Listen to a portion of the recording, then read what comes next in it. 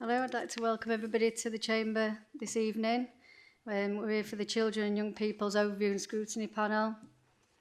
I'll just do a bit of housekeeping. If a fire practice is not expected, if the alarm sounds, can all present leave the building as quickly as possible by way of the nearest exit to the assembly point in the public square outside CAS beyond the fountain, away from the civic office. No roll call can be undertaken. If anyone has mobility issues, please wait in the refuge area at the top of the stairs where the emergency evacuation lift is located and use the intercom situated to the left-hand side of the lift doors to call for assistance. I'd like to ask everyone to ensure that their mobile phones are switched to silent. This meeting will be audio-visually recorded and will be available to view on the Council's website and YouTube channel. Can I ask that all those present to use their microphones to ensure the audio can be captured? Any members of the public entering the Council chamber are accepting that their images will be retained and broadcast by the Council. If any members of the public and press is intending to record any part of today's meeting, then please ensure this does not disturb the conduct of the meeting. If you are visually recording, you are requested to only focus on recording the meeting. We do have a member of the public, Anne-Louise has kindly come today. I just wanted to mention that, and she's going to speak in a moment. We have got an apology of absence from Councillor Charlie Hogarth. There are no issues on the agenda which would require exclusion to the press or public. And if anyone has any declarations of interest, please declare this and a form will be completed following the meeting. Please contact Chris Rothwell that sat behind me and she can assist you. Thank you. Can we agree that the minutes from the 18th of July are a true and correct record? Agreed. Panel. Thank you. We don't have any matters arising, I don't think. So, when we get to the part where it's public statements, there are actually 3 statements from the public today. 2 of them will be read out by myself and Vice Chair, Councillor Needham. And then, as I said, we've got parent, member of the public, Anne-Louise, also to add some elements of homeschooling that she's experienced. So this meeting is about elective home education, and I'm going to we'll read the statements out and speak with Anne-Louise, and then if any officers want to add to that or talk about the report that we've received, then that would be fine, and then we'll go to questions. Okay. So can I ask Councillor Needham to read out the first parental statement, and just to note that the name has been changed to protect the identity of the child and the family. Thank you. Thank you, Chair. I will read out parent statement 1. And as you quite rightly said, the names have been changed to protect identities. So here we go. Thank you for letting me put our story across to you. I hope the team can see our struggles and get what they need from it, but I also hope they will help my case in any way or give me some advice. Thank you. We have 2 boys, Andrew and Bertie. Andrew is aged 12 and Bertie is aged 15. They have grown up in a stable 2-parent home. Age 11, Andrew was diagnosed with autism and ADHD. Andrew also has a diagnosis of ARFID. To us, this meant nothing, as we always knew, just hopeful of more support now we had a diagnosis. We knew we would struggle once he hit mainstream high school. He started that September. At first, school said it's just a transition. We knew it wasn't. It was everything. The massive amount of kids in corridors during lesson change, the smells of the lunch hall, the change of the teachers, not just one, the feel of the uniform, the feel of the shoes. We always allowed trainers before in primary. Each day became worse than the last. He would come out and bang his head against a car window all the way home, saying he wanted to kill himself. Cams was back on board. I have still never had a meeting with cams in attendance. He would hurt himself, squeeze his arms, and pick the skin off his feet so they were raw and bleeding. He has rituals he had to Connolly before bed. He wouldn't sleep. He was sleeping in our bed aged 12. He wouldn't eat. He had many mental health days. School's relationships with me was and is really good, and they put lots of things in place for Andrew to try and get him through the day. Unfortunately, it got that bad that I couldn't get him through the door at reception. I was worried so much of getting a school fine that I would put him through so much trauma getting him to school, then I would have to leave. It would take up to 3 to 4 teachers to get him out of reception, sometimes taking up to 3 hours. Then they would just say, "Come on, let's get your afternoon mark and then you can go." So I didn't get a fine. So I put Andrew through all of that for a tick on an attendance sheet, as he wasn't actually getting any education. I had sought lots of advice about whether I should pull Andrew from school before we did, and the last day he came out of school before I pulled him, he said he would kill himself if he had to go again. I called for a meeting with the head, rang Sendias, and researched Flex's school. The head told me this wasn't an option and I could pull him, but if it went wrong, he could always come back.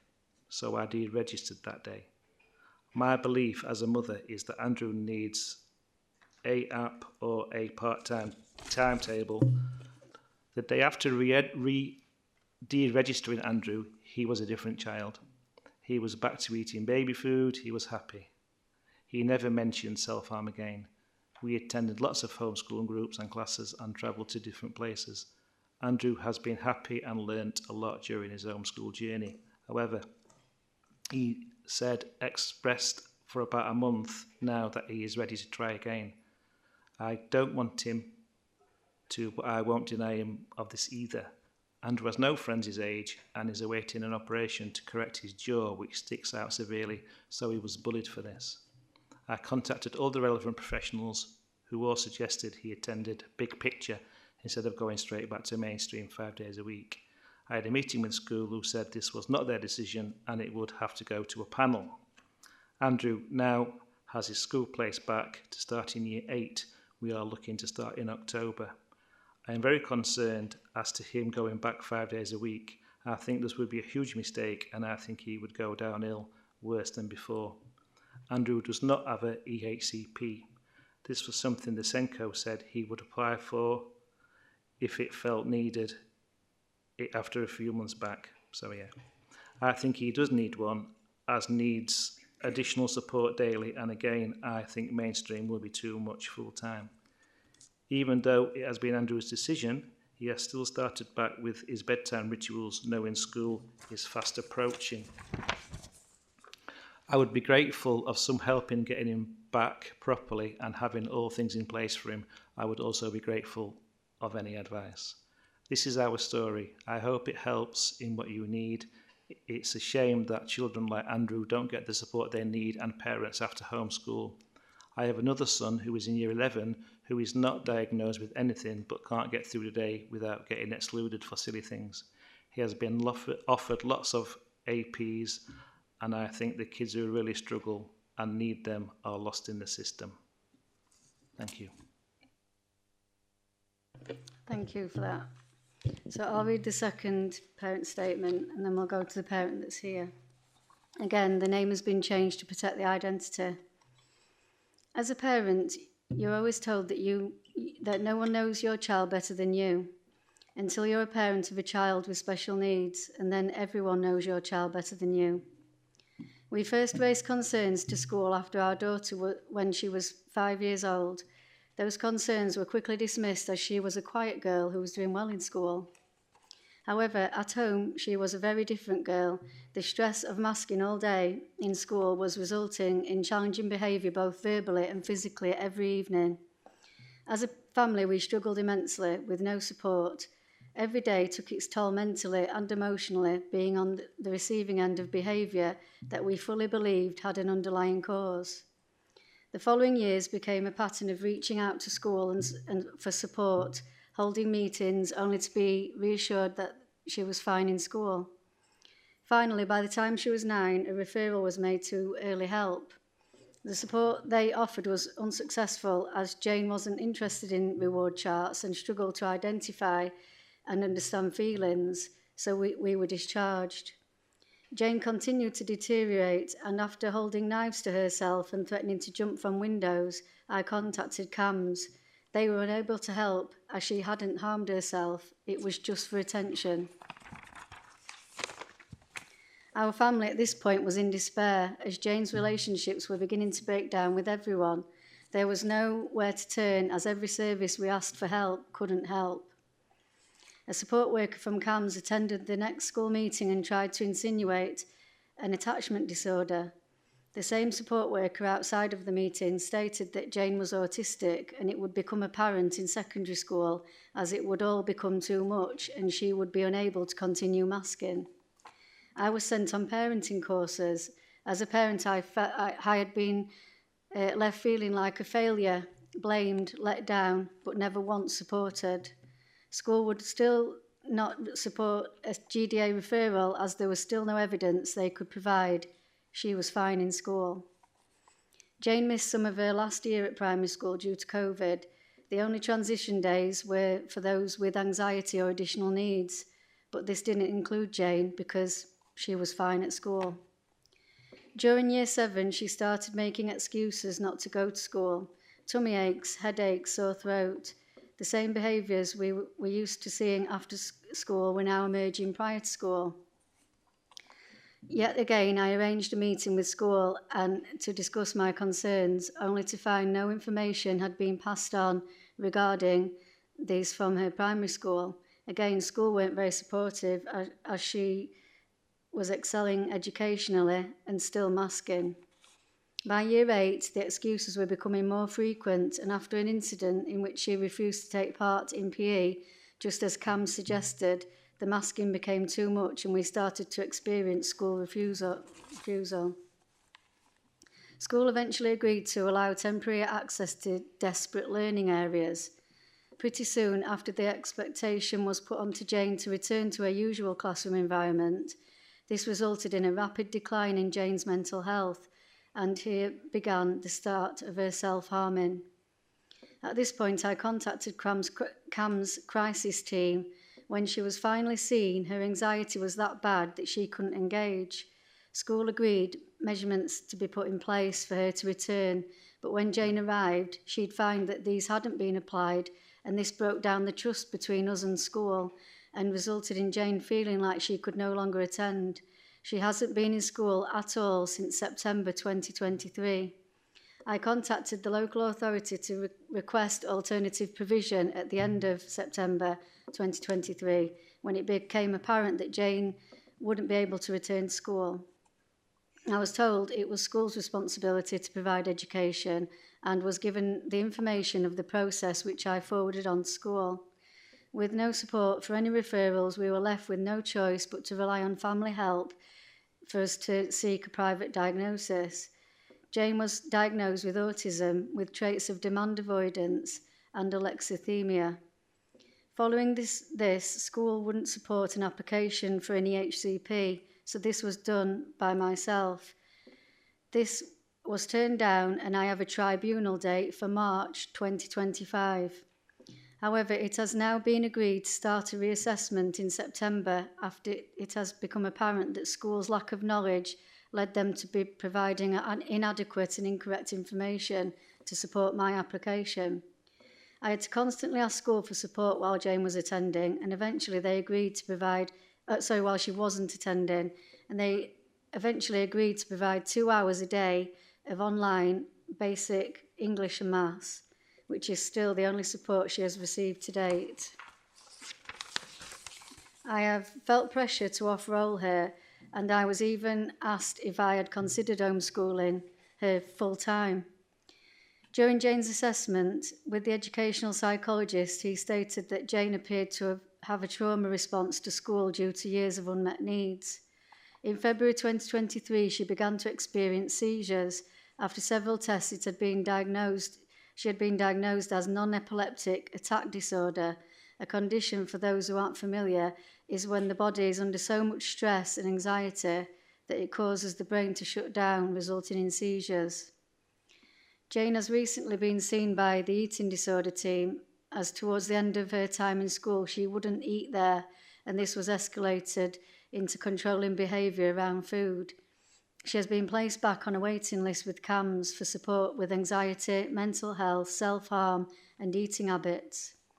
Despite an autism diagnosis and a diagnosis of a seizure disorder, there is still no clear plan in place to support Jane to return to any form of education.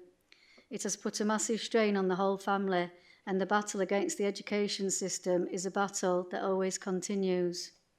Like thousands of other children missing in education, Jane isn't out of school because we chose for her to be. She is missing out of education simply because there is nowhere for her. For a large number of children, homeschooling isn't elective, it's the only option left. Every suitable place requires an EHCP.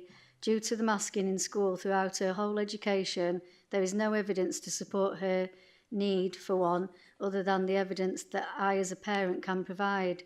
But now as a parent, that same parent that was told I know my child best, I am no longer the one who knows best, as it's everybody else's view that is taken into consideration when deciding what support my child needs. It is heartbreaking to see your child suffering daily due to neglect throughout her education. I believe this could have been fully prevented if I had been taken seriously and support had been put in place for Jane many years ago. If more was known, especially around girls masking, this could have been picked up early enough to identify and support her needs with a much better outcome than where we are now. If early intervention had been appropriately put in place from relevant services, maybe her mental health would be in a better place for us to not have to have experienced the eating disorder, self-harm, extreme anxiety and seizures. I don't want any other child or family to have to go through what we have been through. 9 years I have been fighting the education system for support. That's not an appropriate amount of time to let a child struggle and result in having no access to an education whatsoever. Our children are being massively failed and it has to stop. So I think before we go on to a member of the public that's here, I don't know if we can go to officers if you want to comment on those statements, just to give you that chance. And then, you know, I don't want to just move on because I understand that these statements are quite hard-hitting and they're in the parents' own words, and I wanted it to you know, come across how they wanted it to come across, so I've just simply read it and the names have been changed, obviously. So I'll just hand over to the officers. Thank you. Thank you very much, Councillor Himshall. I'm Rihanna Nelson. I'm the Executive Director for Children, Young People and Families. So I want to start off by apologising for the trauma and the experiences of those two families that we've just heard about. None of us in this room would ever want our own child, never mind anybody else's child, to go through those experiences. I think it is, and my apology is for what the families have gone through and the system that is failing them. I think it's very important, and we've spoken many, many times in this forum about how the education, health and care system sometimes just don't click. And it doesn't work, the system doesn't work effectively. We've also often spoken about special educational needs policy that is broken, and that actually the processes and the protocols that are put in place by government the policy that's currently in place lines us up against each other with all the processes and the protocols and the criteria that we have to follow and all of those kind of things. So parents have a struggle to get the support in schools that they require. Schools don't have the ability to necessarily always identify when there are issues arising. They also don't necessarily always have the skills to deal with children that presents in the system. And then to get into a special educational needs system, EHCP, thinking that that will solve it once we've got a diagnosis, is sometimes also very, very difficult, because we know that the provisions are not always in the right place. We also know, and we've spoken about it many, many times, around the increased demand that we have seen for education, health and care plans, the management of that. We've talked before, pre-COVID, we had 600 plans that we managed. We now have over 2,000 plans that we are managing. That means that there are a significant more number of young people that are presenting with needs that meets the criteria for EHCP. Provisions then to follow on from that is still an issue. I think when we talk about the system, it isn't just education, but it's also the health system. And it's also around delayed diagnosis for young people, support for those young people before they get the diagnosis and after. You know, there is a number of things that is just not in place. And when you hear the heartbreaking stories that we've just heard, you know, where people are really, truly in the thick of it and dealing with it on a daily basis, you want to change the system, don't you? And so should we. So I think we don't have quick fixes. We're speaking today about elective home education. These young people that's been presented, and I think, Anne-Louise, you will have a similar experience or maybe something different. But I think these young people, yes, you can hear why parents took a decision to elective home educate. There are also other people that do it for different reasons. And I think we can't lose sight of that. So whether there's a philosophical approach or a religious approach or a disagreement with the national curriculum, there's also those children that are elected home educated, and it works really well for them. So just to bring a little bit of balance. Don't have the answers to all of the questions, or all of the things that are presented to us, but we can talk a little bit later around the things that we are putting in place. I don't know, Leanne, if you wanted to add anything to that. Jane? No? So, is that okay? Yeah, just to point out, obviously, you know, special educational needs and disabilities is not the whole picture of elective home education, but I do wonder if you know what the figure is out of those 828, who, you know, how many of those children were on SEN registers before they were homeschooled? Because I know we've got the figure of how many EHCPs, which is quite low. But to me, hearing those parent statements where they both don't have an EHCP, that doesn't fill me with confidence and think, oh, well, it's not that then. Do you see what I'm saying? So what I would say is remembering that we record EHCPs because that's our statutory duty. SEN support plans are managed via school and through school. Jane, I don't know if you want to provide a bit more context on that. So I'm Jane Cresswell, I'm Head of Equity and Inclusion. So the schools manage the SEN support plans, and we wouldn't necessarily know whether a child was on SEN support prior to being EHE. We do keep some records, but they are inaccurate. They're not fully accurate because parents don't have to tell us. So we would ask, does your child have an EHCP? Are they on the SEN register? We ask a lot of other questions, but parents don't have to give us that information. We do have incomplete records about SEN support plans, but what you've also got to remember is a lot of children who become HE, they become HE at a transition point. So if they'd had a SEN support plan in primary school, it's not necessarily following that they would go into secondary and still keep that plan. And quite a lot of our young people do actually, parents choose to homeschool after that transition into secondary school.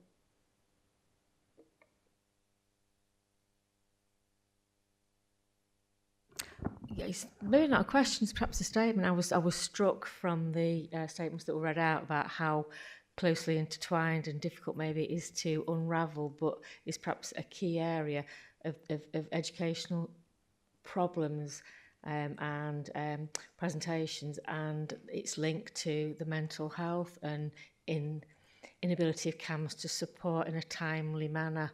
And I think that's a huge area of concern, and I don't know really what can be done about that, but I would see that maybe as one of the nubs of the issues, alongside maybe inadequate or inability to support the special needs these children present with. I would agree with that, Antoinette. I think We have many conversations around what type of mental health services support young people. And to be fair to CAMS has got a particular criteria. So they are working with young people with a diagnosable mental health disorder, which is really at the high end of the spectrum and not necessarily at all the other things that we are talking about. I think we are trying to address that, and Leanne could talk a little bit more about that through our social, emotional, mental health hubs, in trying to have a better understanding of, for example, young people with neurodiversity and what the impact of sensory overload or sensory, sensory, the sensitivity to sensory stimuli, how to manage and support that better. We are doing a lot of work around emotional health and well-being within schools. We are doing some support stuff around wrapping around support around schools to help schools understand better as well.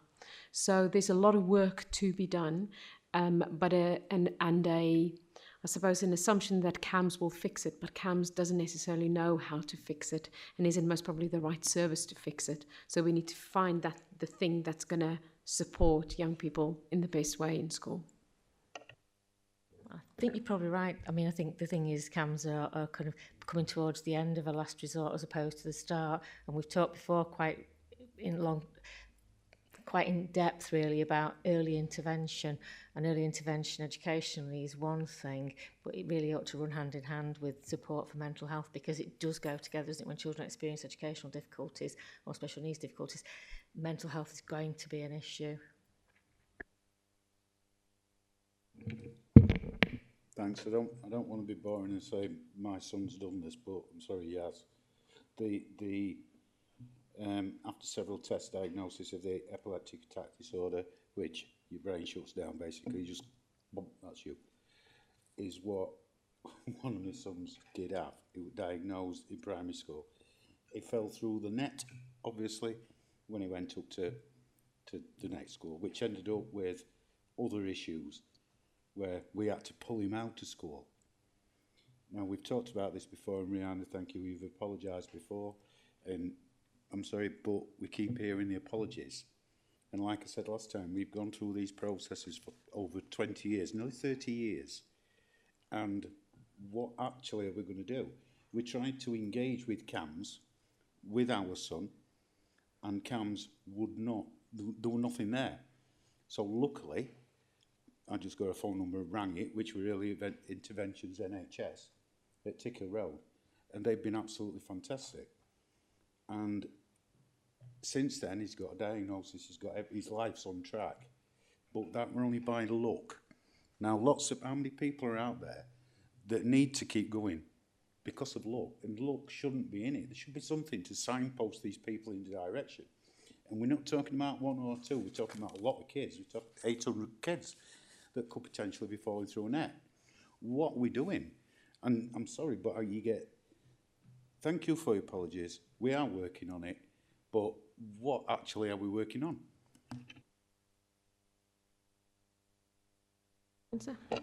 So, Councillor Cox, I think we've had many discussions in Scrutiny around the support to children and young people. Again, we can go through some of the overall transformation plan for children with special educational needs, and around the provisions that we're moving, and around the triaging that we're doing, and around the emotional health and mental health provisions that we're trying to put into place. We are not going to be able to catch everyone, unfortunately, because our young people's needs are sometimes so unique. I'm not making an excuse, and I'm not stepping away from the responsibility that we have to make it better. My experience over the last, how many years have we now been here, Leanne? 8 years, 9 years, in various roles, is that things are getting better. Are we getting it right for 100% of the families? No.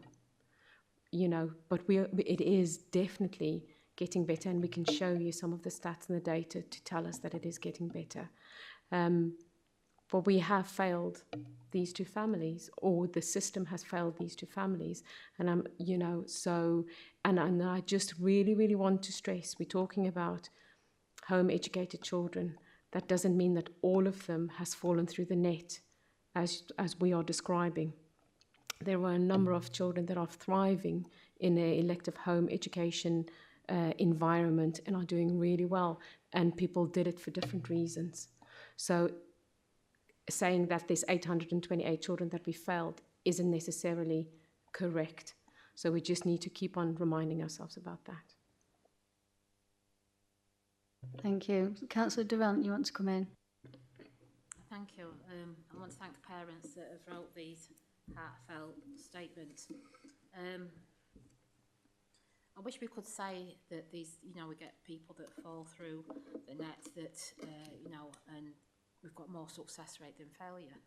But from a personal experience as a counsellor, some of the casework that I deal with, the system's failing, it's broken. We discuss policies, we discuss ways to improve these things, but we're not really seeing that improvement. We've got people that need these care plans and it's not happening. We're here to support young people. Elective learning, home learning, it's for some of these people, it's because they've been failed through the previous systems. Parents have a great insight into their children. We should be listening. We should be part of a journey to make sure we deliver what is best for that child, and they should have a voice. And we're not listening, and we're not putting support in.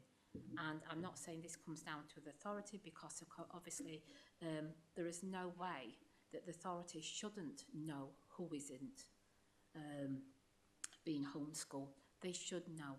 There should be a mechanism in place to make sure that they're getting the right support, that the welfare of the children is protected. But we should be preventing it getting to that stage to start with, and we're not. No matter what we seem to say and do, it isn't getting better quick enough to make a difference. We've got a lot of people's lives that have been turned upside down, that have been made worse because we're not listening to parents, we're not supporting them. And in the last 12 months alone, some of the families that I'm trying to support through some of these plans, it's too many. So the communication systems between all the agencies, it isn't working. That connectivity, the sharing of information, putting that support around somebody, it's not there. And we've got to find a way to do that. I don't know how, I don't have the answers. I know it's really, really difficult, and I know it's hard for you, but we've got to find a way to try and get that training in the schools, to when a parent identifies that there is an issue, just because it's masked at school doesn't mean it doesn't exist. So we've got to get better at listening, we've got to get better at understanding, and we've got to get better at supporting those parents. And we're not good enough, nowhere near yet, at doing that. So I appreciate the effort that's been put in there, but there's a long way to go and a lot more to be done, because it's not just the odd couple that have fallen through the net. And like I say, that's my thought. So I absolutely hear what you're saying, Councillor Durant. I think the statement about that we are not listening, I think, is a little bit is too definite a point on it, because I think we are listening. And if I ask Leanne to talk a little bit about our parental engagement that we are doing, I'm not saying we're getting it right for everybody, but again, I just want to be clear that we are listening and we're trying our hardest, and that there is a significant effort and time in changing local systems, responses, creating places. I think it would be helpful, Leanne, if you also describe a little bit about the increase in places that we are creating for young people elsewhere.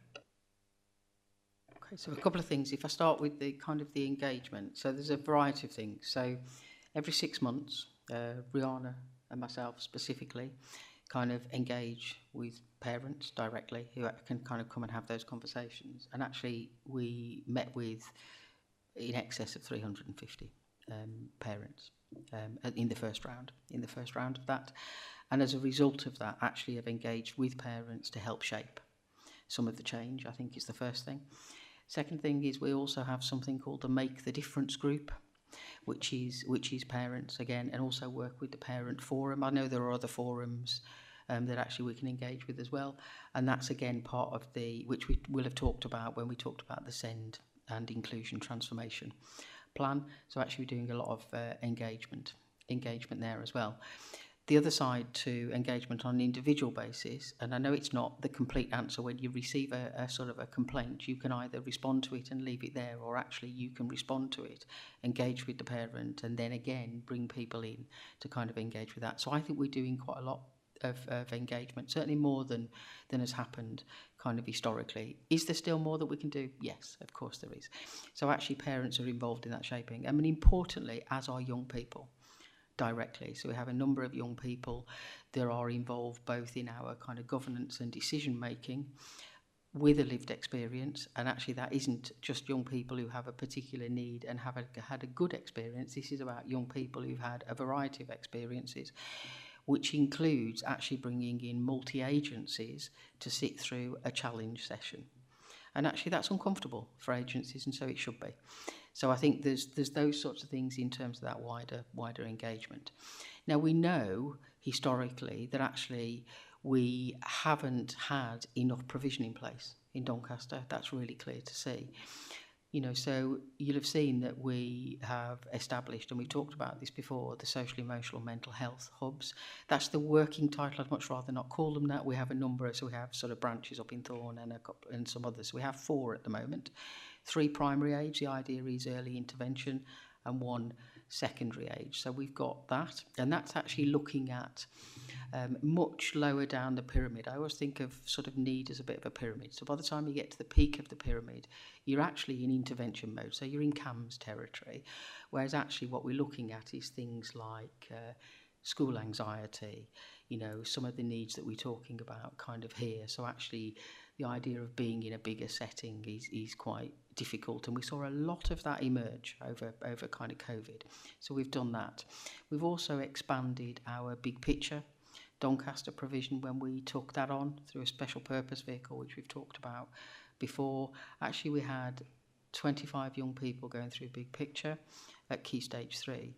We now have, as of this year, 144 young people being supported through big picture, and it now reaches down to Key Stage 2, which is outreach, which is an additional 80 young people. And then we're expanding our Vega provision, which is for Key Stage 4. So it's a bit sort of like big picture, but for Key Stage 4, where young people, and we can demonstrate this, where young people are then going into destinations, is how I call it, whether that be an apprenticeship or onto college and so on. The first year of that was 25 young people. As of this week, that's 55 young people. By next September, that will be 75 young people. After that, it'll be 100 plus young people. So what we're doing is we members are investing in provision. So actually we're enhancing our alternative provision, but going much more beyond the statutory. So when people think about alternative provision, they think about pupil referral units. Well, that's the statutory side of alternative provision. But you can look at alternative provision in a different way and say, actually, it's just a different way of supporting young people in learning. That's one thing. We have seen, so I chair a quality assurance panel around inclusion, which includes SEND and young people with an EHCP, but there are also examples where we're directly supporting areas in order to support young people from early years through. So an example would be a 3-year programme in Stainforth is one example, and we've obviously looked at that before as well. And that's a prevention mode, early intervention, and actually we've supported a lot of young people through there. So we do a lot of those. And then also one of the criticalities, and all school SENCOs have been engaged in this as well as head teachers, and this is about reframing the funding for the high needs block so that actually it's equitable rather than equal. And I think there's a difference there. So actually the funding going into schools matches the demographic need, as opposed to just a metric, formulaic kind of approach, if that makes sense. So essentially the more need you've got in the school, in the area, and actually the more information that we can get from health, that's an emerging picture, then the more funding that will go to support at the direct point of need. So they're just a few examples of engagement, changing provision. Also bear in mind that what we don't have access to as a local authority, I'd love to be able to build additional provisions, put lots of stuff in. We don't have that. So actually we've got to work in a system that we have. We don't have the funding to do that, but we've been creative in the things I've just described in using new types of funding that don't fit under the auspices of your usual education provision. Have we nailed everything? No. But actually, are we beginning incrementally to make a difference? I believe we are. And we can see that on a basic level. If we look back to last January, and this is my last point, our completion rates, and it's there in the public forum, for EHCPs was 14%. We're now sat on close to 70%, and when a national is 48%. I'm not happy with that. We want that to improve. But actually it's a significant improvement. The other thing and the final thing that we've done is we've developed 2 toolkits. One is a professional toolkit. That's not unusual. We do that all the time.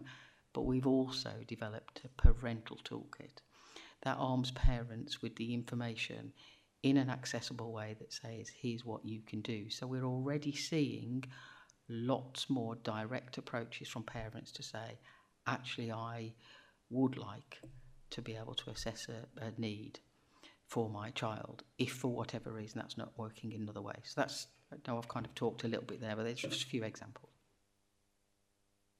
Thank you for that, and I appreciate that. But there is a bigger picture about people working together, and we've got people that are having to pay to get diagnosis and specific parts that they need for their child that's costing thousands of pounds, and then they go and get this work and then they still can't get one put in place.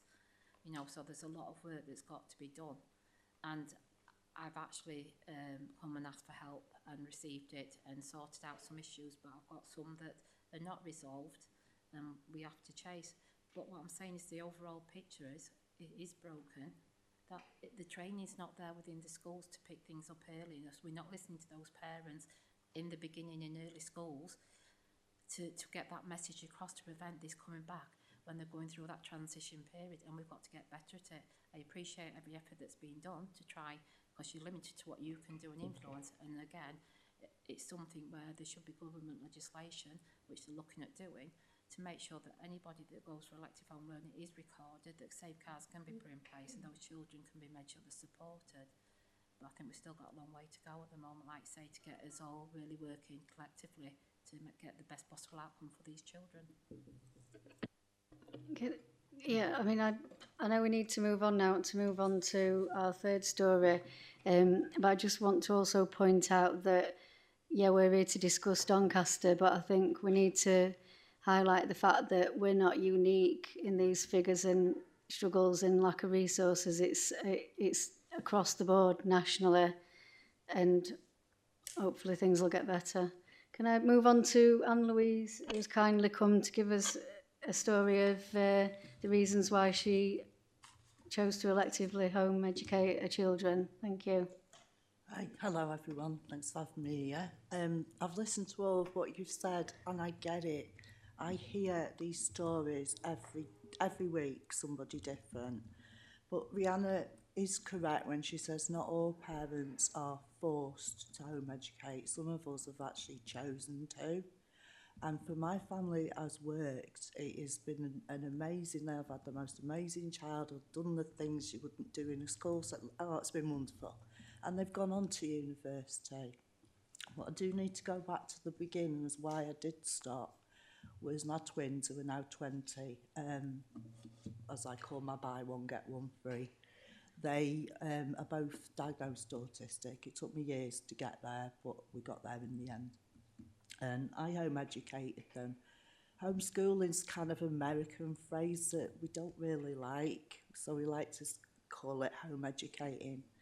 And I had to learn on my feet how to teach them that was to their ability, because that is law. So let's use phonics, for example. When you're giving an autistic child yet another sense, hearing, as well as reading, it's too much for them. They can't cope with it. So we went back to the old ways, and I said at the meeting on Tuesday, I went on eBay and bought the Janet and John books. Do we all remember those from school? Because that's sight reading, and they learnt to read. Maths is the same. It's like, why overcomplicate things when it doesn't need to be complicated? So let's not do division in those graphs. Let's just do it the old-fashioned way. Get this straight away. So it's how you teach your children and adapt their learning skills, which is really, really important. It has been amazing for us, and I'm not going to say anything bad until we get to this year. My youngest, she's 14. Now, traditionally, college here take home-educated children, as long as they've been home-educated for a long time, at age 14, with the plan being that they get their maths and their English GCSEs out of the way at 14, which is what I was hoping she's up to that standard. And then rather than do GCSEs, do A-levels, because we all know you actually don't need them. I can't see the point in them. You get your university points from the courses at college, because uni just want points. They're not interested how many GCSEs you've got. They don't care. It's the point system. And that has worked, and that has been really successful. So we went in to have an interview and everything. She was wanting to do sport. And the tutor, and I knew from previous children, yes, of course you can come, yes, not a problem, brilliant.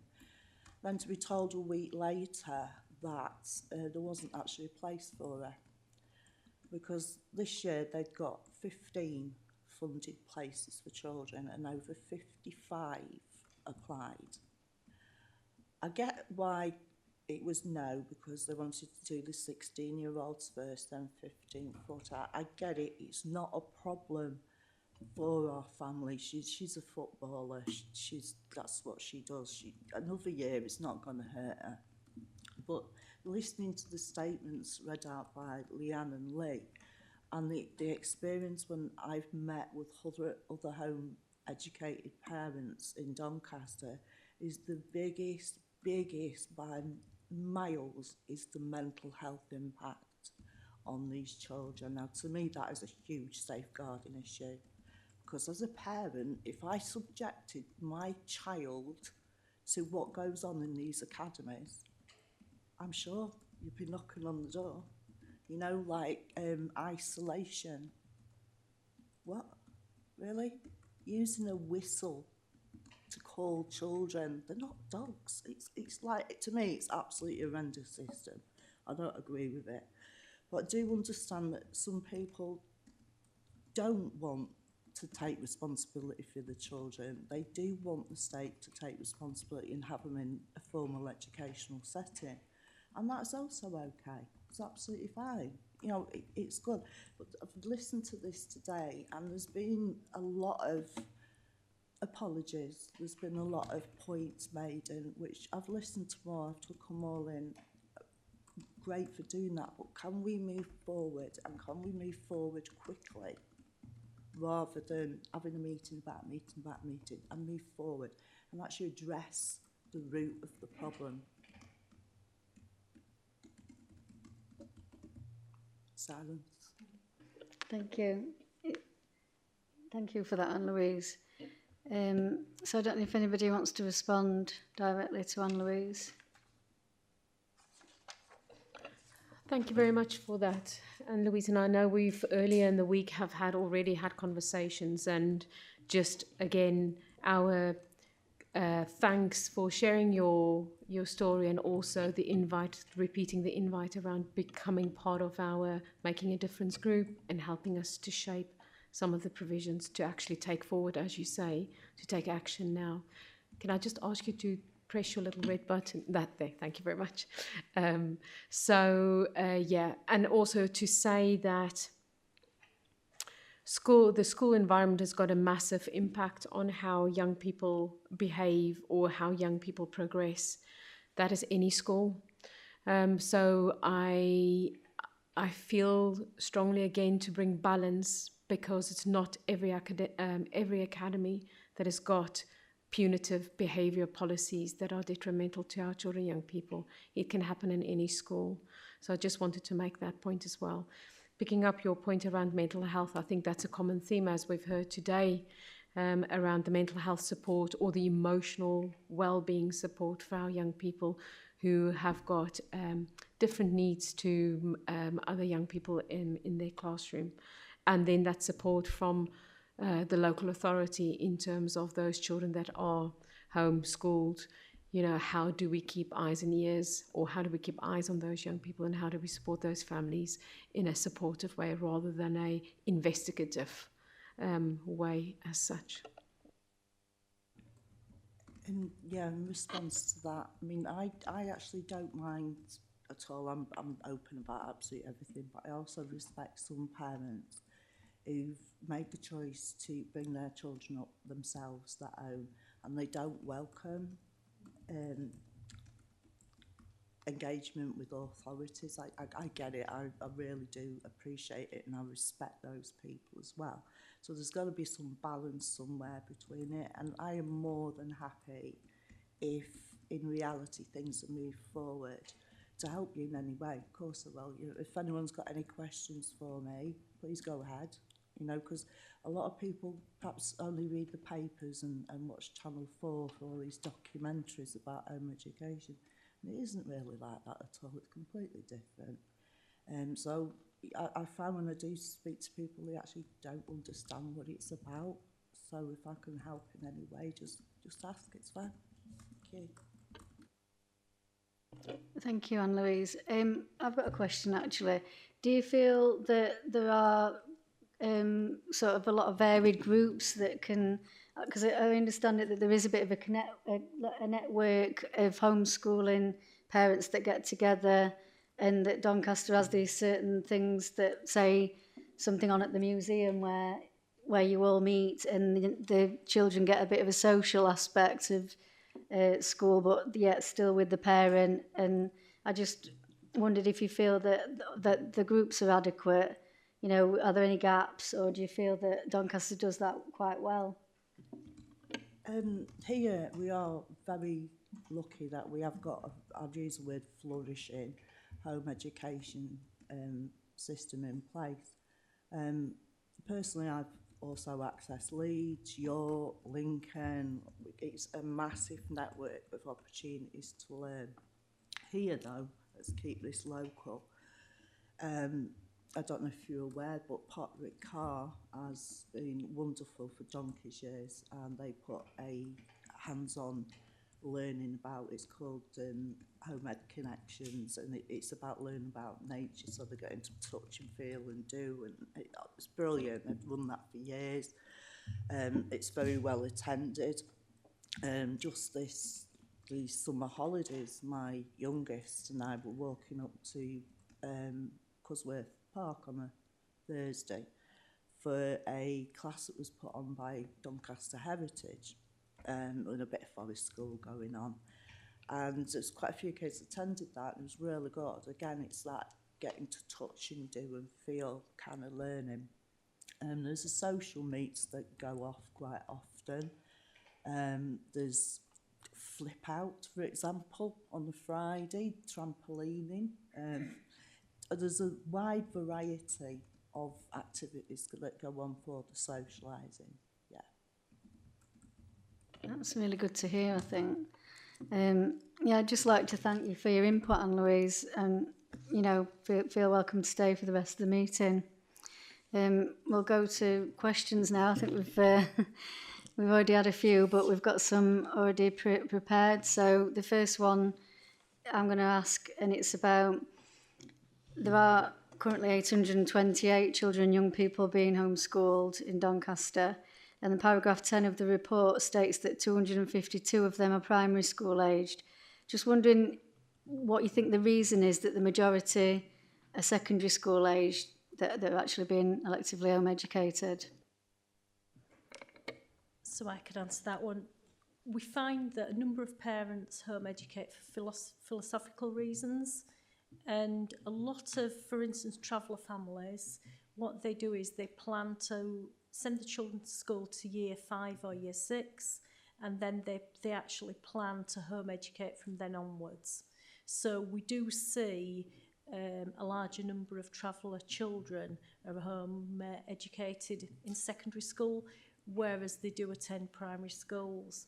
We also know that in general there's more pressure in secondary schools, so parents see that their children are pressured to learn, to attend, to achieve. And for some children that's not the right, that's not the right environment, and it's not what parents want for their children. So when they're going to secondary school, parents tend to elect to withdraw their children. We also know that in general, across England, there's been a large number of parents withdrawing their children from school, and since the pandemic, that has risen steeply nationally. In Doncaster, we didn't see a massive increase in 22. We didn't see that steep increase that other authorities saw. Even regionally, we were getting reports that the numbers were doubling. We didn't see that massive increase, but we have seen a small increase year on year. And I suppose as well, it's that where parents choose to home educate for whatever reason, they plan it around their home life and their lifestyle. And it may be that once children get to secondary school age, they find that they can have a better work-life balance, they can cut down on their working days, and the children can become more independent learners. So you wouldn't leave a 6-year-old, for instance, for a couple of hours doing a task, whereas a parent could leave a 14-year-old to do a task on geography and do a meeting at home, etc. So it's that work-life balance as well that comes into it.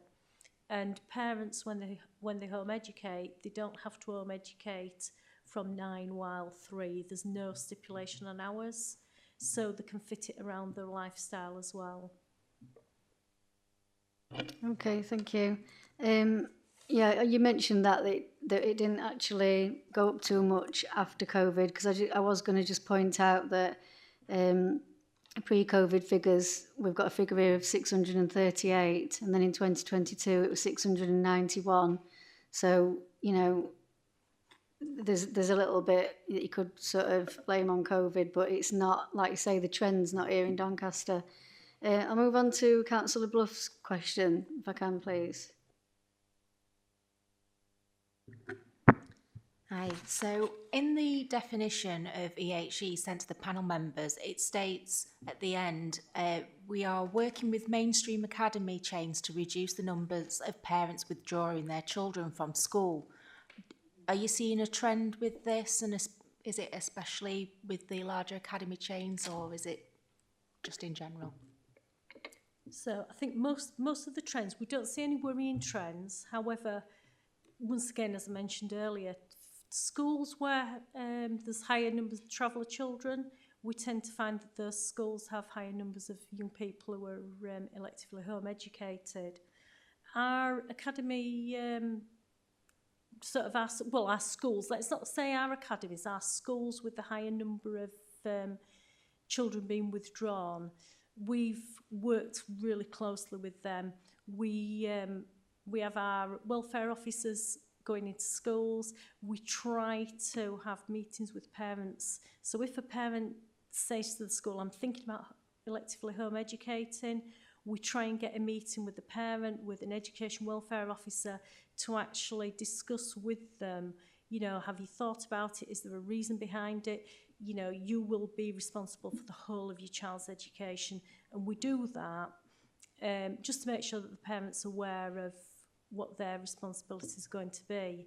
The thing is that sometimes parents don't tell schools until they hand a letter in, or they just withdraw the children and don't tell the school, which once again, legally, a parent can do that. There's no legal requirement for the parent to actually notify the school in writing or anything like that.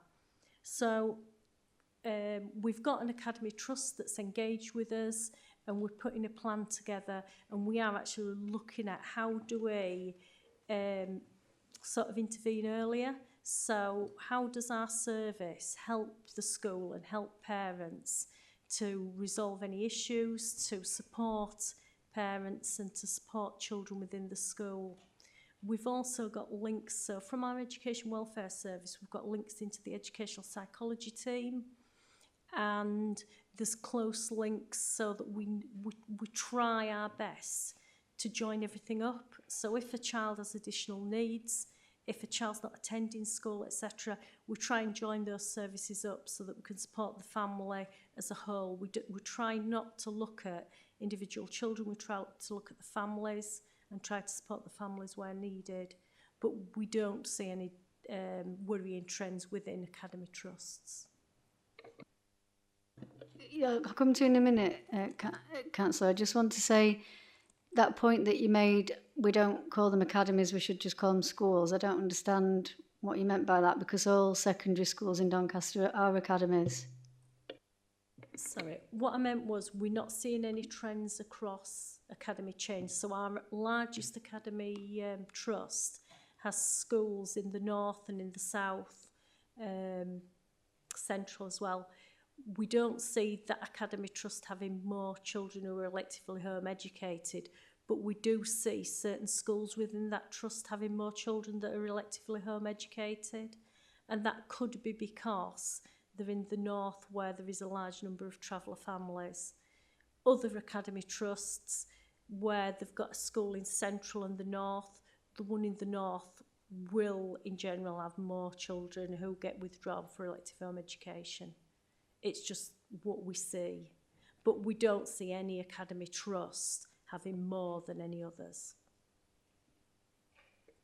So are you saying the majority of homeschool pupils are from the travelling community? We do see a high number of young people in secondary from the travelling community, yes. However, we do see a balance of young people. Not every child who becomes electively home educated is for a reason such as a disagreement with school. Quite a lot of people plan to home educate the children, and it's something that they believe in and they want to do. So that there is that as well. So do we know the number of those that have chosen to do that? Because I'm sure they would be quite open to telling the local authority if you know there are people out there that have openly chosen, that's always been the plan. What numbers out of that 828 would you say, you know, that is their plan and they just choose to home educate? So we do have a breakdown of reasons why parents home educate. However, there's no legal obligation for a parent to let us know why they're home educating. So around 58% of parents don't let us know. They will tick other, or they will say, you know, basically I'm not telling you. It's my choice. So we don't know the actual split down, and that's nationally as well. Nationally, there's a big don't know and other reasons. I know that roughly 12% of parents say for philosophical reasons. Can I just qualify that? In paragraph 18 of the report, it says a higher proportion of children in Doncaster, 49%, are recorded with the reason of other. So half of the children that we currently know about that is home educated, half of them we know what the reason is, and half we don't know the reason because parents don't declare that. So it's really, really difficult to pinpoint and go, what's the proportion of this and what is the proportion of that? Because we only know half of the cohort of what that means. So when Jane is saying 12%, it's 12% of what we know. Which is, you know, I know we need to lobby government to make all this sort of a legal requirement, but it's a bit worrying when we are responsible for safeguarding and we don't know why these children are at home. I mean, just putting it out there, but if you really pressed a family, what if it was, because we don't want school to see the bruises? I'm just putting it out there, but if we don't know, we don't know. So there could be a number of reasons. I just don't understand as a local authority why we don't know the reason. I mean, you could say, oh, well, I just want to home educate, but that would be in that column then. But you're saying over half of them, there's just no reason at all. So to be clear, when we know that children or families are engaged in any of our safeguarding services, that is early help or Section 17 or child protection, those children mostly will be on a roll in school, and we know exactly where they are and what the safeguarding arrangements are. So I can give you assurances around that. There will always be the unknown, you know, that the families that we don't know, but as soon as we know that there is any safeguarding issues or concerns, we are in those families and we understand what's going on for them. Thank you. Do you still want to go in, Councillor Anderson? Yeah, just on that, when you said parents sometimes pull children, you know, with no notice whatsoever. So how long after, when they've been pulled from school, would you try and interact and find out the reason why they've been pulled out of school? So a school, as soon as we get a notification from school that a child's been withdrawn from school, we contact that parent. So the law says that parents don't have to notify the authority. So as a rule, and I think I've put this in some of the this answers some of the questions, but if there's a child in Doncaster who's been electively home educated from being 4 years old, there's no legal obligation for that parent to come to Doncaster Council and tell us that they're home educating that child. So what could happen is there could be a child who was living in Barnsley, who's been home educated from being 4 years old and is 12 now, and Barnsley Authority might not know that child's been electively home educated. That child could move into move into Doncaster, and the only way that we would know if that child was home educated was if the parent contacted us. Legally, there's no legal requirement for that parent to contact us. However, we get notifications, so health notify us if there's a child that isn't on a school roll. So we get a list of children who aren't on school roll from health. But once again, there is no legal requirement for the parent to let us know. Health let us know. If a child is actually on the roll of a school and the parent goes into this school and says, for instance, we're moving to Barnsley, withdrawing our child from your school roll. At that point, the school has got a legal obligation to report into us that child's been removed off their registers. So for that reason, the child's moving, the school would let us know. If the parent went into school and said, I'm withdrawing my child to be electively home educated, once again, the school has a legal responsibility to let us know. The parent doesn't. So the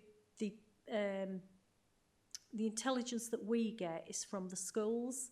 It could be from health.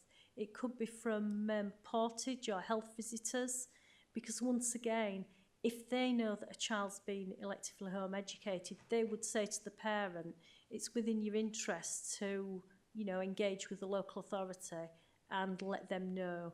We then do our checks with parents. If a school tells us that a child's been electively home educated and say, for instance, they're moving to Barnsley, we liaise with that local authority.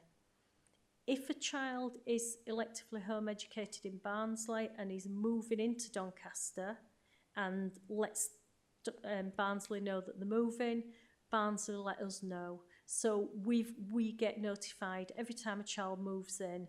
If a child moves in from Nottingham, from wherever, that local authority emails us in, and all local authorities have like standard email addresses that you email. Same as if a child moves, what we would do is we would notify that authority that there's a child who's been electively home educated moving into their authority. Little bit different with the child missing education, but a similar process where if a parent removes a child from school saying that they're moving to another authority, we register those on our CME list, so that's children missing education, and that child remains on that list until we know that the other authority has either put them into another school or picked them up as being a child missing in their authority. And then obviously we do other background checks as well. So we do checks with benefits, we can do checks with the police, we do checks with maybe adult, it could be adult social care. We also do checks with our social care for the children as well. Yeah, I think that's sort of, I was sort of looking for a time scale in there, you know, when a child is pulled sort of thing, how long, obviously the parent takes a child home today, it's how long would it be before you had any sort of contact? Sort of one of the questions I was looking. Sorry, we get, that was a very long answer to a short question. We get a notification straight away, so the school notifies us via the Lagan portal. We pick that up, and then more or less within 3 days, we contact the parent. We send a little leaflet home explaining to them what we need, and we give them, I think it's 6 weeks to let us know how they're going to be educating the child and send some information through. But they don't have to respond to that, do they? They don't have to tell you. You were saying no. Can I just bring in Anne-Louise, because she's telling me she experiences something very different to that. Yeah, my statement's going to be more of a challenge to you. I actually personally know of some home-educated families that had to wait up to a year for any contact from the LA. So that's contradicting what you're saying. It isn't. I appreciate that the local authority hasn't responded in those instances, but we are talking about notification. So we may have been notified, and I would really like to know about those cases that the local authority hasn't been in contact for a year. I would presume and assume that it's in the minority, not the majority. There is actually quite a few that have waited a lengthy time. So I would like to have those names and like to understand better. Thanks, Anne-Louise. I'll have to ask their permission first, obviously. Councillor Durant. I'd like to thank Bob for asking the question and Jane. Thank Bob for asking the question and Jane answer it, because it's given me some reassurance, because when we're looking at this elective home schooling and we're looking at people missing education and things like that and parents not reporting, there's a safety mechanism there, that safety net, where the schools are actually connecting with the local authority. So the numbers that you've got realistically about those children that are being educated must be pretty accurate. They won't be far from being correct. So I'd like to thank you for giving that reassurance. It makes me feel a lot better that that even though parents aren't reporting it fully, that we do have a system where we are communicating with the schools. So thank you for that. Thank you. It's to Antoinette, but I'm not sure if you feel that your question has been answered, or do you want to expand on that, Antoinette? I think it probably has been answered, because the pro forma will eventually arrive if it becomes statutory anyway. My concern is those children who don't rock up at school at all, ever, and actually knowing if a GP, which presumably is the way the health service will communicate between local authorities, if they never actually rock up anywhere. I don't know what you can do about what you don't know, but that seems to me to be a significant issue. Yeah, I can probably put some colour to that, Antoinette. So one of the things that we do, this is where it links with admissions really. So one of the things that we do, so we GPs, so we our admissions to our young people information in Doncaster is also based on GPs information that they share around births. So actually that kind of that data then moves into kind of early years and then on upward into admissions. So actually if a family have a young person born in Doncaster, live in Doncaster, then the GP will be notifying us as a local authority, because that's one of the agreements that's been in place for many, many years. So that exists. So we hold that data, and then that's where early years, along with health visitors, that's that kind of join up in that information there, and that forms the basis of our admissions then for mainstream school and those invites going out to parents. And then that's where, because of the regulatory framework around admissions, that actually if there's no contact, then actually those young people would fall on our CME register, which is then we start to put into place the CME process. Just a quick follow-up. So when they attend school, they get a URN, don't they, when they begin school? Are there plans with this new system to give them the equivalent of a URN when they're born, or does that come through the health service anyway? It comes through the health service, the number, so the NHS number essentially. I think one of the dreams, if you like, wouldn't it be fabulous if the health system talked to the other systems and then we solve everything? But they have an NHS number. Thank you for that. I'm going to move on to Councillor Needham for the next question. Thank you. Hi. So it's a bit of a question in response to statement one earlier, but I'm conscious that we're talking a lot about EHCPs and not home educated, so I'm conscious of that. So, but there's a bit of a question in terms of young Andrew who attended but were kept in reception and got his mark but didn't actually learn anything. So, what kind of, is there any sanctions in place for that, or is there any? What can be done? Because it doesn't seem to me fair that a young person goes to school, can't deal with it, stays in reception, and then to make things even more complicated, it's alleged that actually somebody in school says get your mark and then you won't get a fine.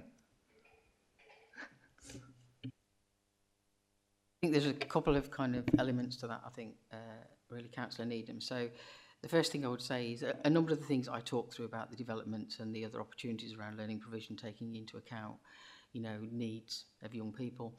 Actually, schools have access to that. So it sounds a bit kind of silly, but the example of big picture, actually schools can refer to that, and actually that's funded through our high needs block proposition. So actually that is possible. And actually there's a link here between the attendance officers who work directly. They have an allocated caseload of schools, so they're able to join those dots up. So I think there are those conversations that are both supportive and challenging in equal measure. So you put those together, as long as then saying, actually, here are the opportunities for alternative provision where it's required.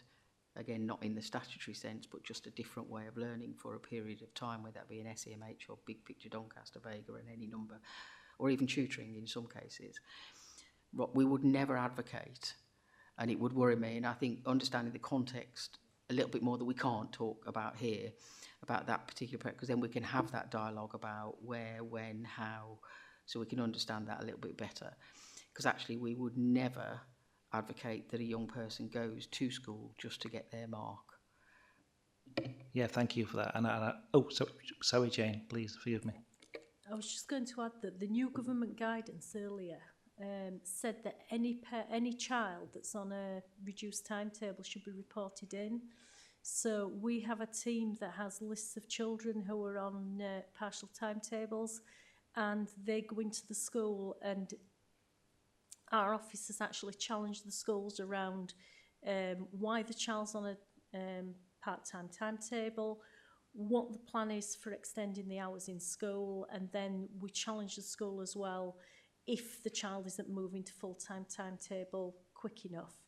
Obviously, though, we do know that some children do need, a partial timetable. They need additional support from AP. They might need support from mental health practitioners, which we've rolled out senior mental health practitioner training in school. Our educational psychology service bid for government funding, and we've actually rolled that out for free across the schools in Doncaster. So for some children, they might need that additional support, and a full-time school timetable might not be the right thing for that child at that time. But ultimately, we always look to extending time to full-time in school. Yeah, thank you, Jane, for that. I think it's interesting because there's no time frame on the statement, so we're not quite sure how present that is. I'd also like to mention about the new attendance thing that came in, at every attendance matters pathway that come in and that's started now. So I would hope that there's more people in school that when they're looking at attendance issues, have more of an understanding about how to support our young people that's relevant. And the other thing is, I guess it's fine that there's lots of options and lots of different ways to support children and young people in education. I just think there's maybe sometimes it gets a bit cloudy as to what it is, where it is, and can that person from my school go there? And that, I suppose that relates to information, advice and guidance, and it also relates to what knowledge that particular member of staff has. So when you said, Jane, about staff going into school and supporting on partial timetables, then there's a bit of a clear link in there, isn't there? So it's about joining it up and stitching it up even tighter. So, but thank you for that. Thank you. I don't know if other councillors have heard that in their communities, but I've certainly heard about just going for your mark. But I'll just leave that for you to look into. And we've mentioned reduced timetables before, and we know that they are very needed for some pupils. So we're not saying they're particularly a bad thing, but hopefully they can be useful. Yeah. Can I now move on to Councillor Anderson's question around colleges, please? Yep. Paragraph 21 mentions Year 11 places at Doncaster College. Can you expand on that and who actually funds that? So usually the parents would fund the college placement. Sometimes if a young person has an EHCP, they can request funding via the EHCP funding. However, a lot depending on the college, because once again we have private colleges where parents would fund.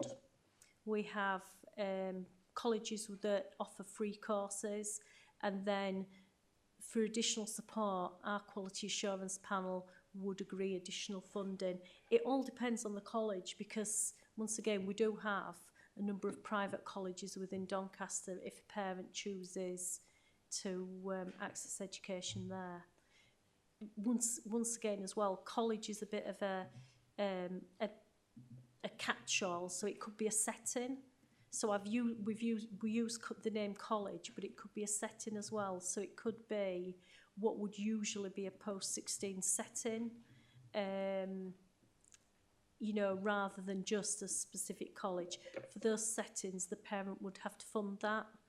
And as a rule, the parent would actually go with the child into that post-16 setting, because they have different rules around, you know, staffing and ratios and what's available for children post-16 rather than school age, different safeguarding measures as well.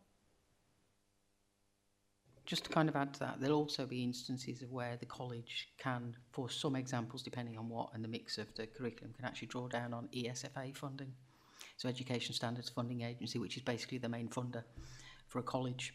So actually it's a mix of all of those things, and whilst Jane's talked them through, it very much depends on the individual circumstances, and that will, the ESFA funding that they get to some extent will determine the bar and how many, because they can draw down for kind of some, a bit like some school funding is based on ESFA and others more the funding formula, but it's all based around the general makeup, and without, so it'll depend on individual children and individual curriculums. So can I just clarify this? Are you saying that there are no free places in colleges for children that have been previously electively home educated? Sorry, there are places, there are free places as well as funded places. It all depends on the college and what the college is offering. What about Doncaster College, for an example? I mean, you've said that parents have to stay in lessons, but that's not what I'm hearing. No, in some settings. So if it was an alternative provision post-16 setting, some of them want the parents to stay there because they don't have the same ratios or safeguarding checks that pre-16s would have.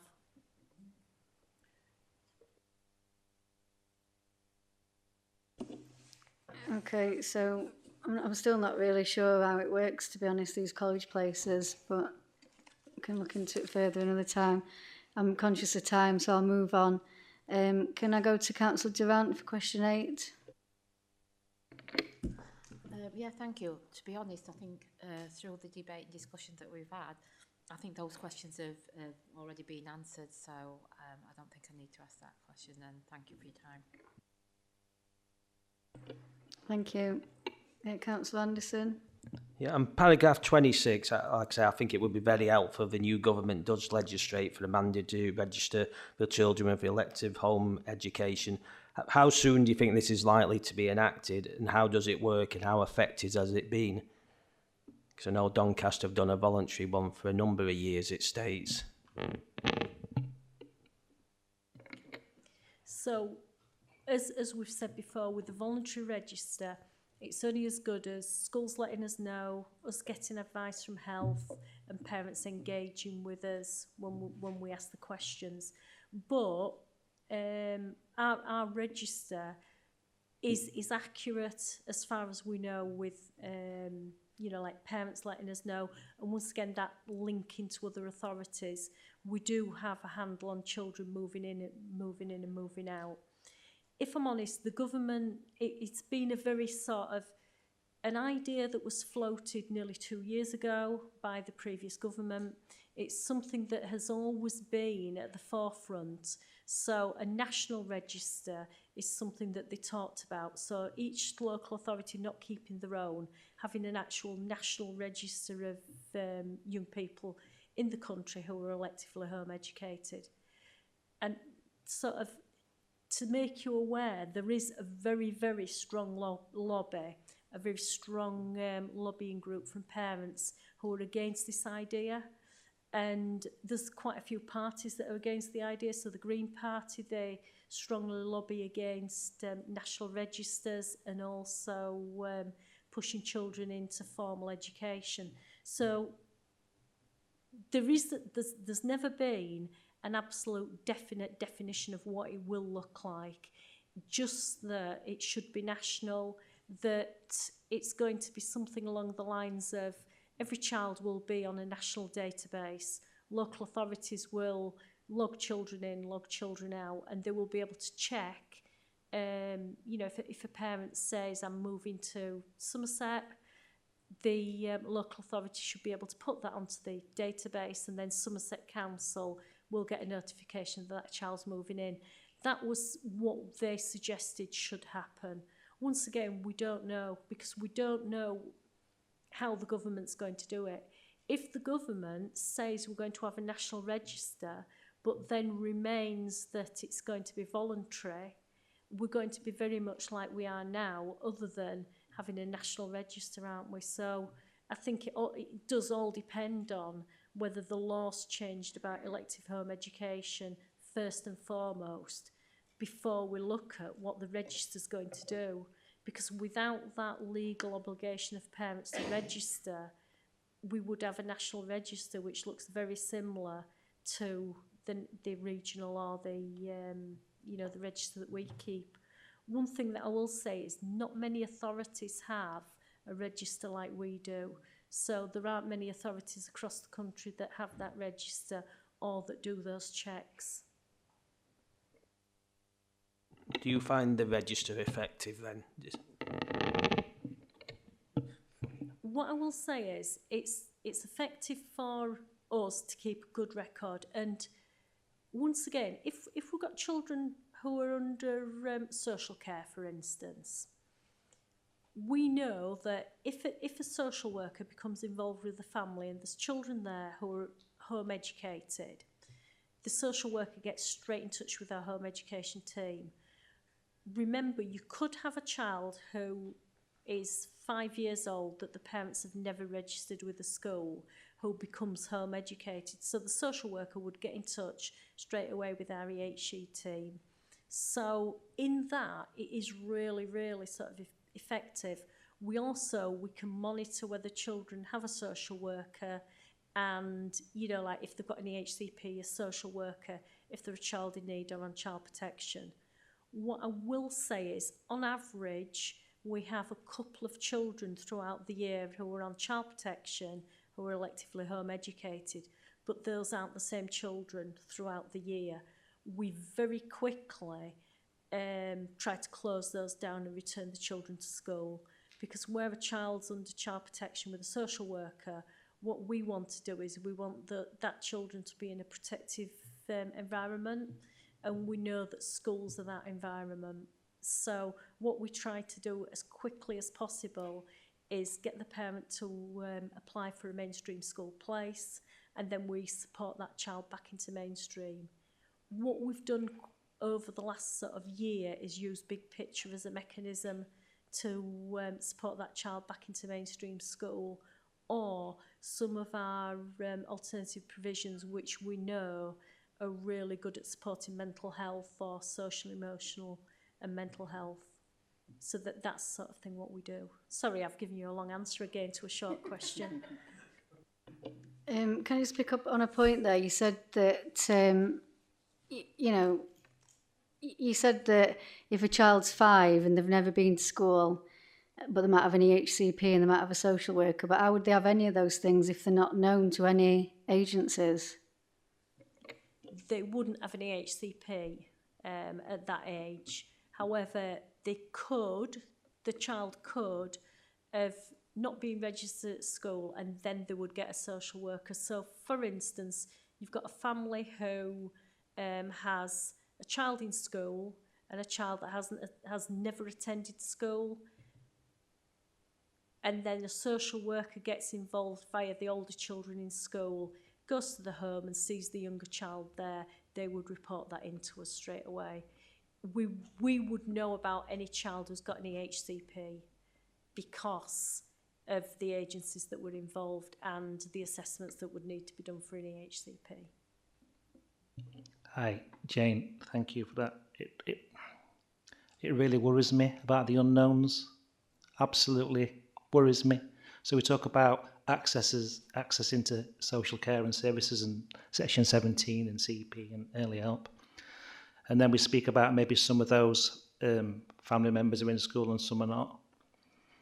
So using missing in education, EHE, school admissions, and as much health information as we've got, how many young people do we not know about? And I hope it's like 0.01%.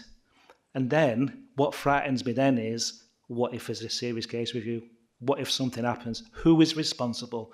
And I suspect that'll be us as City Council.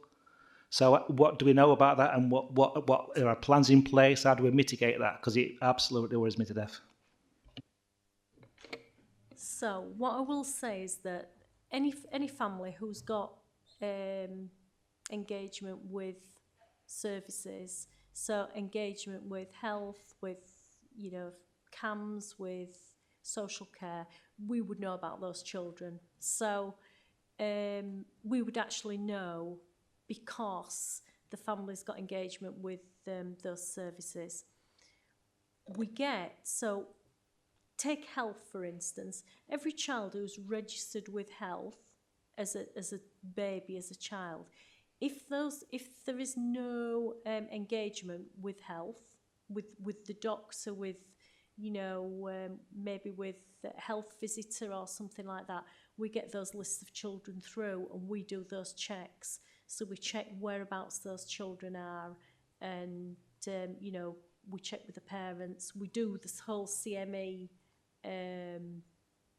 sort of checks when those children become school age, because health sent us a list. They actually sent us a list in the last couple of weeks, and that's all the children that they haven't had any contact with over the last year who are coming to school age. We do a quick check on that. Probably the majority of them have been registered with our admissions and have got school places, but there are some of those children who will either we'll find out that they're going to be electively home educated, or the children are missing in education, so the parent hasn't applied for a school, and at that point we do all those checks. So we do benefit checks, we do home visit, we would home visit and see if the family lives there. If they don't live there, we would do benefit checks and find out where they have moved to. We could do police checks as well. We'd obviously check on social care, so we'd check social care records, Mosaic, and we would do everything in our power to find that family and find out where that child is. Quite often, children, like the move, we know that there's high mobility in Doncaster. They've moved across the borough and they're attending a school in another locality. We find that. Where children are from different countries, quite often move back home. So they might be here for a few years and then they move back home due to work or, you know, family reasons. We do those checks. We usually contact the parents, we contact extended family. And then when we find out that the child's moved back to their own country, we close down those cases because obviously they've moved out of our country. So what happens to them that we don't know about then? And how many? What is it, like 0.1%? Is it that? It would be very few children that we don't know about through some means. We don't know what we don't know. I know, but that's not an excuse, is it? No, but I suppose what Jane is trying to illustrate is there are various mechanisms of where we pick up these children. Fingers crossed. And of course, there's always an example of something that's not happened before, isn't there? And that's where we learn from. I just think that, I think we're doing enough. Thank you. Can we move on to question 10 for Councillor Bluff? Because this is the other side of it, about the children that we do know about. I'll just pass over to Councillor Bluff. Thank you. Thanks. So paragraph 30 about the yearly checks on the families to make sure that they are providing suitable education. How is that contact made? So for the first contact, we email the parent and we let them know that their annual check is due. Quite often, parents immediately send us a huge sort of file of evidence of education. So they might send us photographs, videos, pictures. I get WhatsApp videos and parents will send me pictures of the working books. They might send me, you know, group work. They might send me evidence that they've been to the library, that they've been out to various groups. So we collate all that together. We've got 3 EHE officers who check that, and if it's deemed suitable, we contact the parent back and say, yes, it's suitable. If they don't give us the evidence within 2 weeks, we contact them back, either via phone or via email, and then the EHE officer would do a phone call, and then, if need be, they do a face-to-face visit. If the parents don't engage with us, we do a face-to-face visit. Now, not all parents will engage. Some parents, will refuse to send us information or will refuse to engage with us. Quite often at that point, we do a home visit and we get education welfare officers involved to do a home visit. We sometimes do joint visits with social care.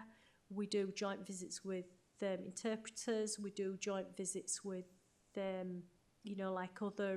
other council teams. At that point, there's various ways that we go.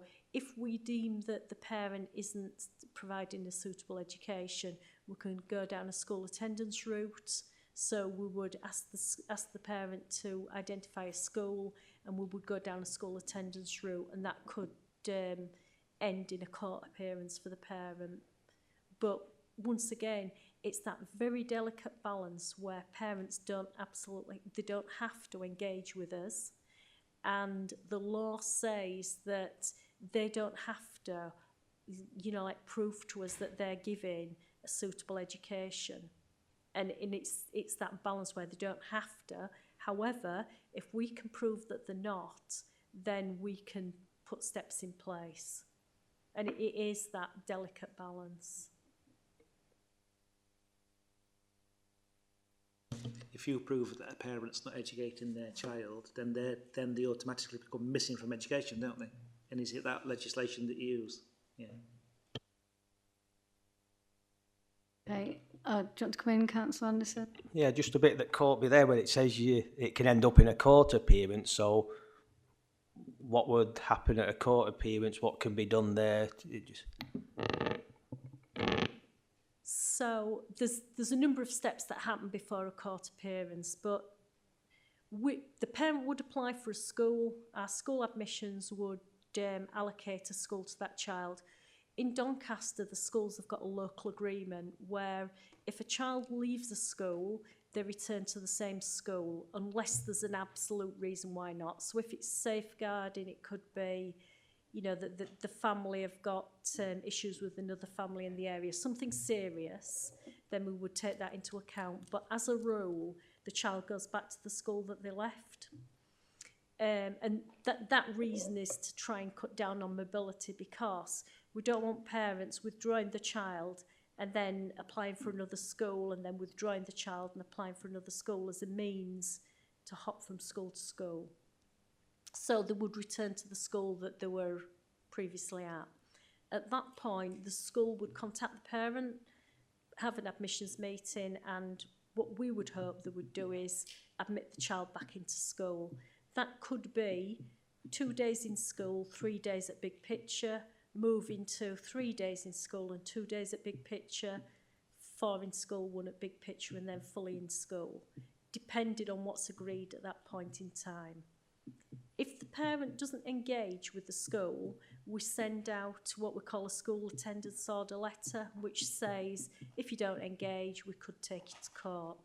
There's a process then that we go through, and if the parent still refuses to engage at the end of that letters and engagement from education welfare, we could then apply for a court hearing, and that's where the parent would appear, our welfare officer would go to court, and a judge would make a decision on whether they felt they were going to issue a school attendance order. That school attendance order would say, you must make sure that your child attends X school regularly, and then that's served on the parent. If the parent then doesn't send the child to school, it goes down, it could go down a fine route, it could go down tagging, it could go down jailing at an absolute extreme. But obviously, we don't want to do that. We want to step in at the very first instance, get that child, you know, like applied, and get them back into school with a suitable transition. Thank you. Yeah, just to clarify, during the Grade 8 priorities on paragraph 34, it does state that, and I'm quoting it, it says where the parents choose to educate for the right reasons, and then it goes on to talk about for the wrong reasons. But can you just clarify what are the right reasons and what are the wrong reasons? Sorry. So, what I believe is that the right reasons are when a parent is fully aware of what they're sort of letting themselves in for.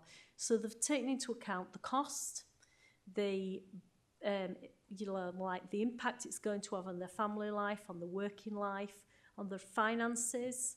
They've got to take all that into account to begin with. If a parent takes that into account and has a balanced view of how they're going to educate the child, you know, how are they going to meet the needs of the child sort of socially, how are they going to give them a rounded education?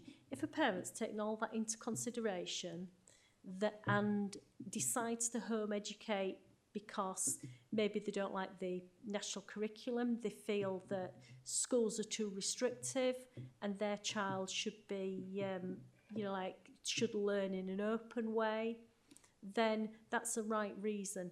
Parents choose to home educate because they actually want to give their child a different education to a mainstream school. And where that happens, children are happy, children are healthy, and children are educated. And I know that we've got a number of young people engaged with our youth council, haven't we, who, you know, they have been home educated and they are a very rounded young person who's engaged in a lot of, you know, socially and morally exciting and suitable education.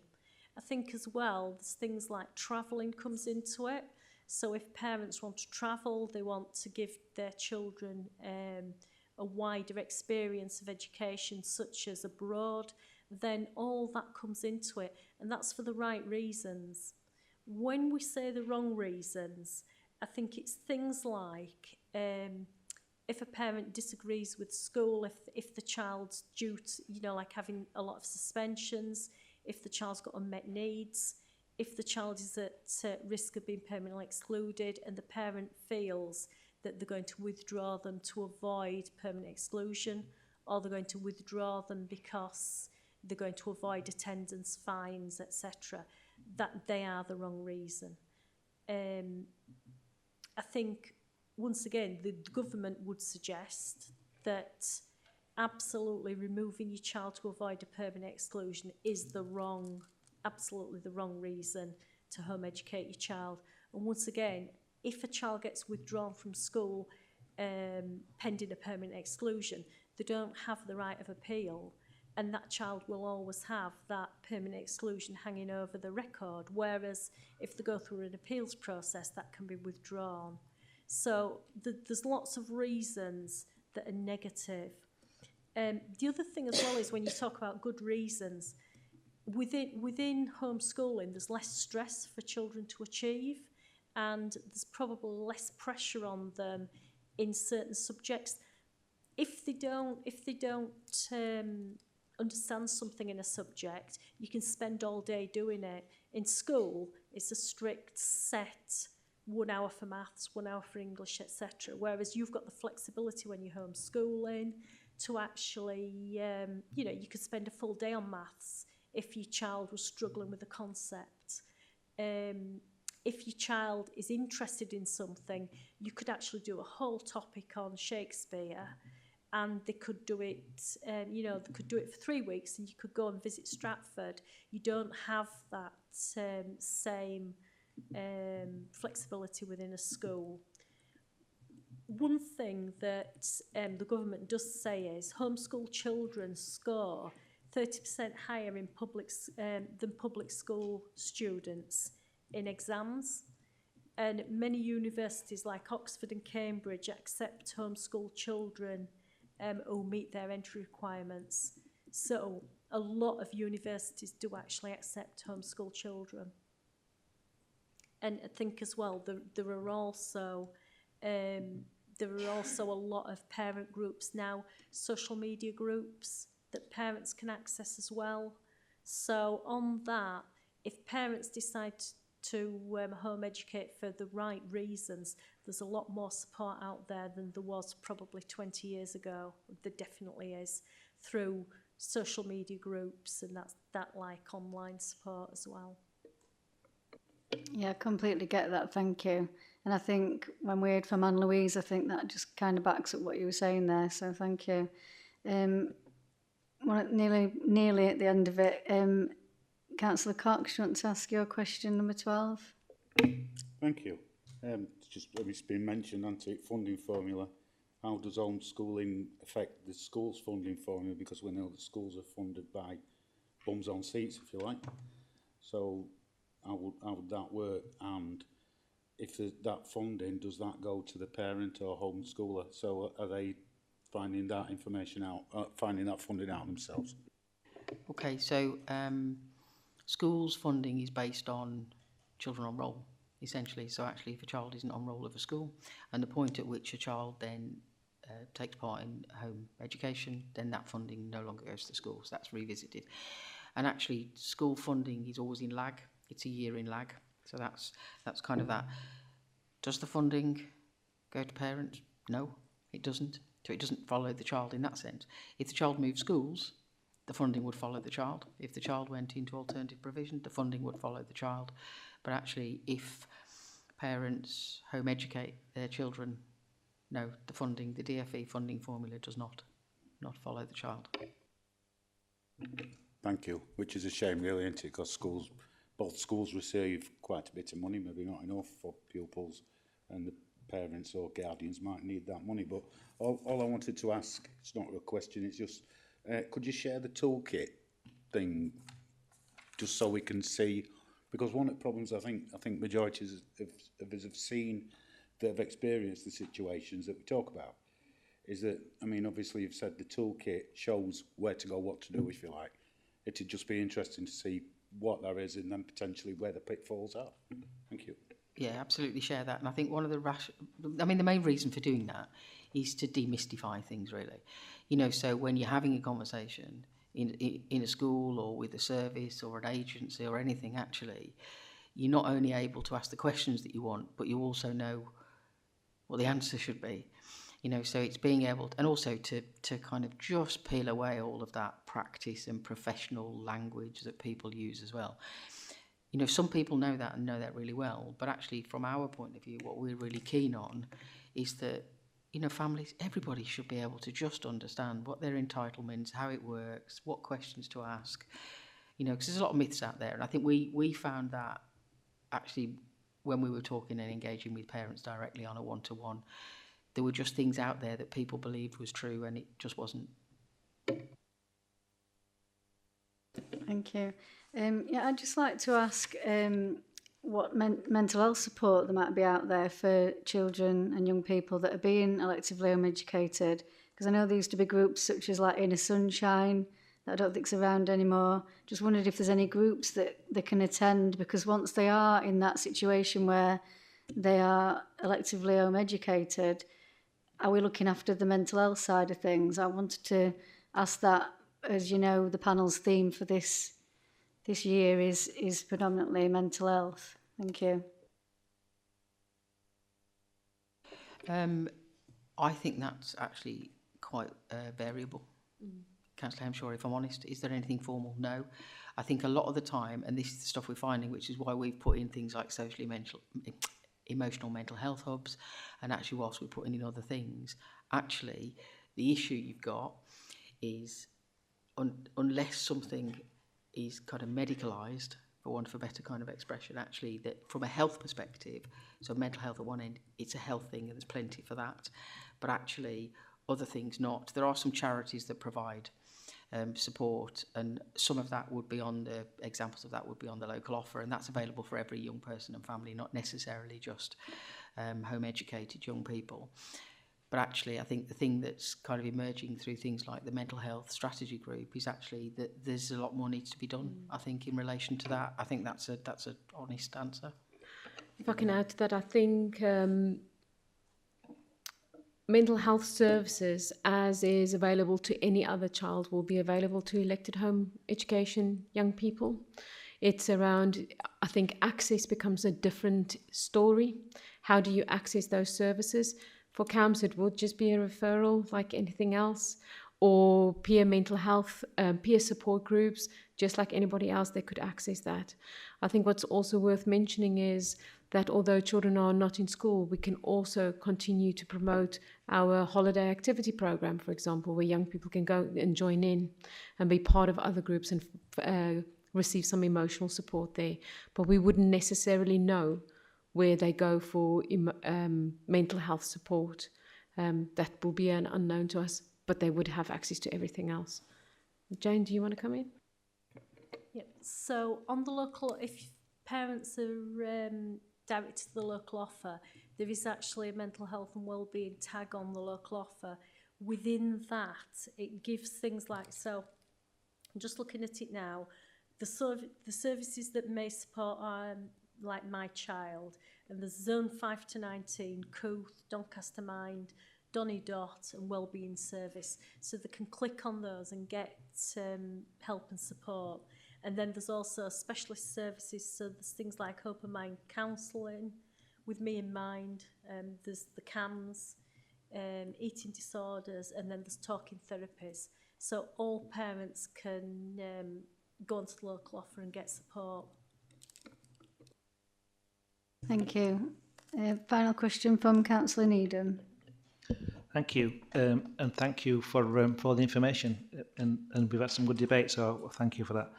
This question may be for Jane, but it might not be. I'll let you decide when I ask it. Do you feel that CDC is doing the best it can for the children and young people across the city who are electively home educated? Of course I do. I were hoping Jane might answer it. It might take 10 minutes. No, on a serious note, I believe that we are doing whatever we can in the circumstances that we are. We are only human. And so just the example that Anne-Louise mentioned about us not being in contact with children, I really would like to understand that, and I would really like to know about that. That means that we didn't do our best for elected home educated children. did we? So appreciate that there is many things, like we have said over and over this afternoon, that we could and should be doing better. Are we doing the best that we can? I think so. Thank you for that. I agree. Jane, you're off the hook. Thank you.